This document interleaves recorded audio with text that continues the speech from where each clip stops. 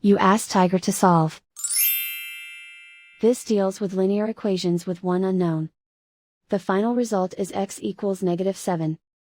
Let's solve it step by step. Simplify the expression.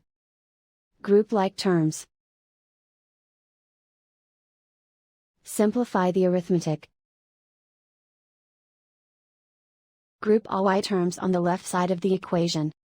Subtract 12x from both sides. Group like terms. Simplify the arithmetic. Group like terms. Simplify the arithmetic.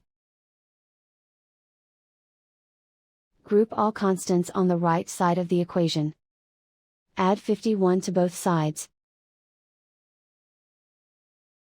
Simplify the arithmetic.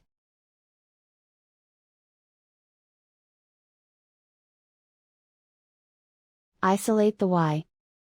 Divide both sides by -7. Cancel out the negatives.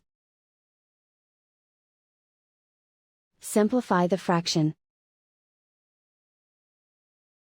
Move the negative sign from the denominator to the numerator. Find the greatest common factor of the numerator and denominator. Factor out and cancel the greatest common factor. And so the final result is x equals -7.